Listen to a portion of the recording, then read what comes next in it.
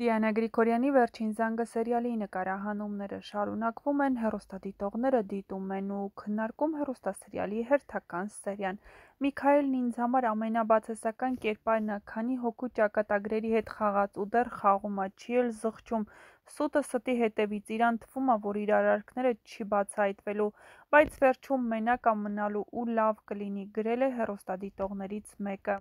Անա ջան, այնքան եմ ափսոսում քեզ, որ կյանքդ կապել ես այդ մեղքերով լի Միքայելի հետ, որը մեջքիդ հետևում խաղեր է տալիս։ Ավագին ինչու եք մեղադրում, ժողովուրդ, ինքը ճշմարտությունը չգիտի, որ մեկդ համաձայն կլիներ, որ քույր ու եղբայր ամուսնանան։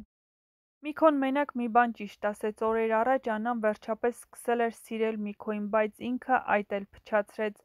Գրեք խնդրում եմ, ինչ եք կարծում, ինչ զարգացումներ են լինելու հեռուստասերիալում։